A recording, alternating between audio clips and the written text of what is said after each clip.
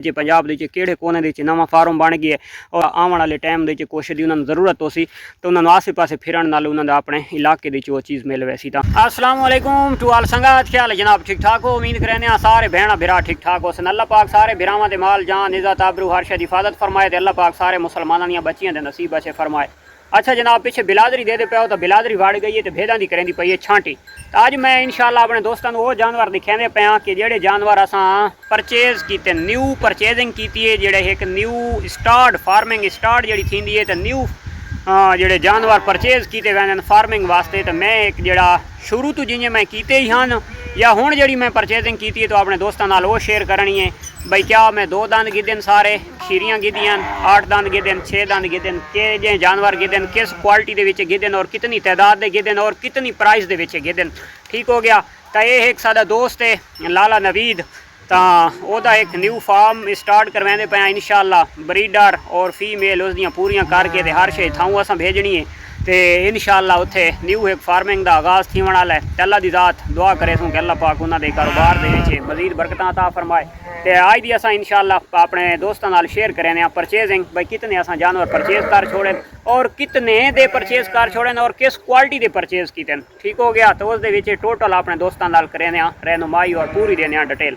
माशाअल्लाह जी जानवर असां वखरे कर गए तो इन्हों खास कर जड़ा तो असां लगता है भी उत्थे जनतर दे छोड़ देव तो ज़्यादा अच्छा कवर थी वैसन। ये तादाद भी टोटल गिनती कर गए भी कितनी थी गई है और ख़ास कर इन्होंने जो ब्रीडर असां परचेज किए तो इन्होंने भेड़ों के ब्रीडर कोनी वो अलहदा उसनू रखी पाया और उसकी प्राइस भी मैं दस छुड़े सा और ब्रीडर भी माशाअल्लाह बहुत अच्छा परचेज किया है। तो जिमें मैं आदा रहना भाई भेड़ा एक पासे तो ब्रीडर एक पासे तो ब्रीडर माशाअल्लाह बहुत अच्छा परचेज किया है। और ये टोटल जानवर इं समझ एक छोटा जिहा मिनी रेवड़ जड़ा तो असां तैयार कर गए और सानू कम अज़ कम इस रेवड़ परचेज करेना दे एक महीने तो ज़्यादा अरसा हो गया। असां ईद तो पहले दे लगे हुए ये जानवर परचेज करने दे और ये जानवर हैं टोटल जोड़े असां परचेज किए।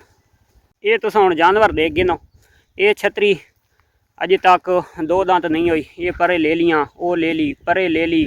उस तो इलावा जनाब वो जी परे वहदी पई है वो फ्रैश 2 दांत थी वधी है लेकिन उस चांस हैं प्रैगनेंट दे। ये जी भेड़ है इस दे तले ले लीए और इस दे चांस भी हैं कि ये भी प्रैगनेंट है। ये जी परे वधी है तो ये भी ले ली खीरी। उस तो इलावा जी ये है तो ये 2 दांत, ये जी परे वधी है ये 6 दांत इस दे तले ले लिए। ठीक है। उस तो इलावा ये जी 6 दांत है इस दे तलू बच्चे निकले हुए तले बच्चे 2 हैं हुण प्रैगनेंट को नहीं थी हुई। उस तो इलावा जनाब जी वो भेड़ प्रैगनेंट है कि ये वाली इस दे तले ये सामने वाली ले ली। वो जी परली है तो उस दे भी चांस हैं कि शायद क्योंकि वो ले ली निकी है ये ले ली उस दे तले ये ले लिए इस भेड़ दे तले।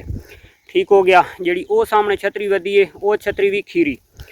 अच्छा ये टोटल तादाद तुसां गिन गिनो तो ये तादाद थी पई है छोटे वड्डे 16 जानवर एक इन्हां दे विच टोटल पाए हुए ब्रीडर।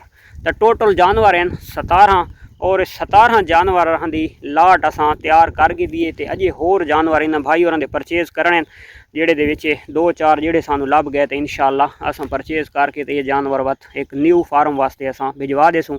उदू थी वो पुत्र तो इस दे विच जेड़े असां जानवर यानी कि प्रैगनेंट थे हुए नन यानी कि सुके जानवर गिदन तो उन्होंने पूरी जी हालत वाला जानवर असां परचेज किया है भाई जेड़े जानवर दे विच रिपीटर होने का खदशा न होवे। ठीक हो गया।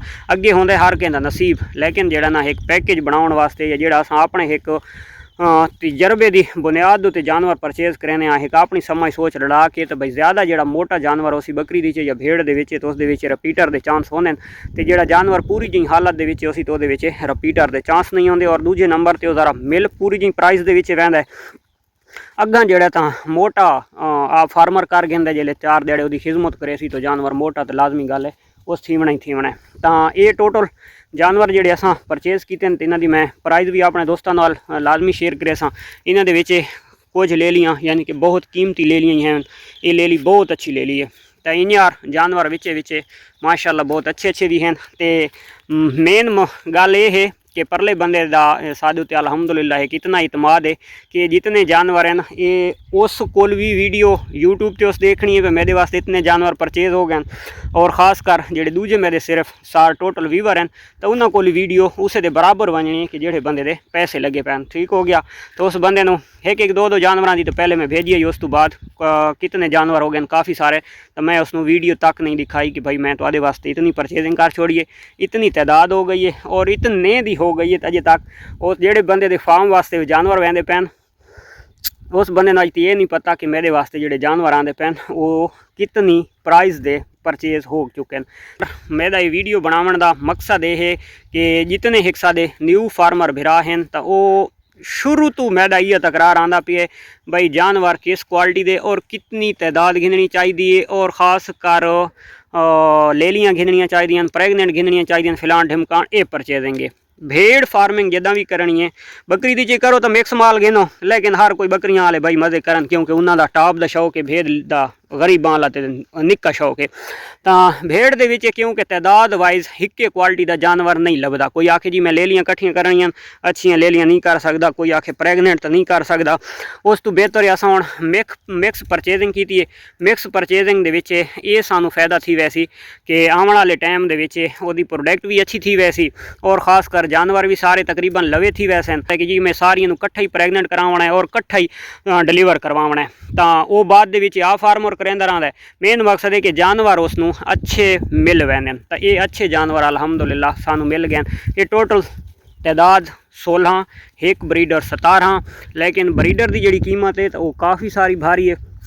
1,20,000 रुपए दे ब्रीडर भाई और असा अपने कोलू दिता है और उस तो इलावा जनाब टोटल सारियां फीमेल हैं 16 मादियाँ। ये टोटल जी परचेजिंग थी पई मंडियां दियां पर्चियां या घर के जानवर गिदे से रक्षा किराया, उस तो इलावा जनाब सादे मोटरसाइकिल का पेट्रोल खर्चा ये असा टोटल इस दे पाए हुए है। प्लस यानी कि जानवर की कीमत प्लस मंडी पर्ची प्लस पेट्रोल, ठीक है, प्लस रक्षा या डाला या शाजोर जेडे शायद उत्ते असां लादी किने जेड़ा ओदा किराया होंदा है वो इस दे विच पाया हुआ है। जानवर यानी कि असां 40,000 का जानवर कीता तो 2,000 खर्चा आया पे तो असां ओदी प्राइस ही 42,000 लिखी पई है। जेड़ा जानवर 30 का गिदे वो 1000 अगर खर्चा आया तो 1000 रुपया नाल रला के 31,000 रुपया असां ओदी लमसम प्राइस लिख रखी है। ठीक हो गया। तो ये जनाब जानवर माशाल्लाह तुसां सारे इन्होंने इस वजह तो अपने जानवरों तो अलहदा किया, अलहदा करके तो एक वीडियो का टॉपिक छेड़ा है ताकि जेड़ा ना टोटल सारे न्यू परचेजर भिरावां भी पता लग वने और ख़ास कर जेडे मेरे ते सवाल करें उन्होंने सवाल का ये जवाब है कि मैं कैसी परचेजिंग करेंदा रहना, चाहे प्रैगनेंट की शक्ल दी आ वने, डिलीवर थी हुई दी आ वने, लेली दी आ वने। मेन मकसद है कि अगर जानवरों का शौक करना है या जानवरों की फार्मिंग करनी है तो जानवर गोलना चाहिए, ये नहीं आखना चाहिए भाई सारियां प्रैगनेंट या सारियां डिलीवर थी हुई या सारियां ले लियां। ठीक हो गया। ये पैकेज दे गिनो तकसीमा जमा तो तुम आप करेंदे रहो, मैं नहीं किया भाई कियां पुट्ठा पौंदा पे जो भी है। ये 16 नागे हैं, 17वां एक ब्रीडर है। ये टोटल 6,42,000 रुपये की सारी परचेजिंग है। 6,42,000 दे विचों 1,20,000 रुपया सादा सिर्फ ब्रीडर दा तकरीबन बजते पैन 5,22,000। ये सारियां टोटल भेदा हैं 16 जानवर हैं। तो ये जानवर दे गिनो तो ये जानवर इंशाल्लाह एक दोस्त वास्ते सादे वास्ते परचेज असां कीते और ये इंशाल्लाह ये जानवर थोड़े दिनों बाद ये भिजवा देसां। और इस तो इलावा इन्हां ते एक मजीद तफसीली वीडियो पसां ताकि जेड़ा ना सारे दोस्तों होर मेन मकसद है कि उन्होंने रहनुमाई थी वैसी कि पाकिस्तान दे पंजाब दे किहड़े कोने दे नवां फार्म बन गया और ताकि जेड़े उस दे नेड़े इलाके दे रहने वाले दोस्त होसन तो वो उत्थे वन के विजिट करके भी देख गिन या आने वाले टाइम दे कुछ दी उन्होंने जरूरत हो सी तो उन्होंने आसे पासे फिरन नाल उन्होंने अपने इलाके दी वो चीज़ मिल वैसी। तो यह आई दी वीडियो मिलते हैं इंशाल्लाह नेक्स्ट वीडियो, तब तक देसो इजाज़त, अल्लाह हाफिज़।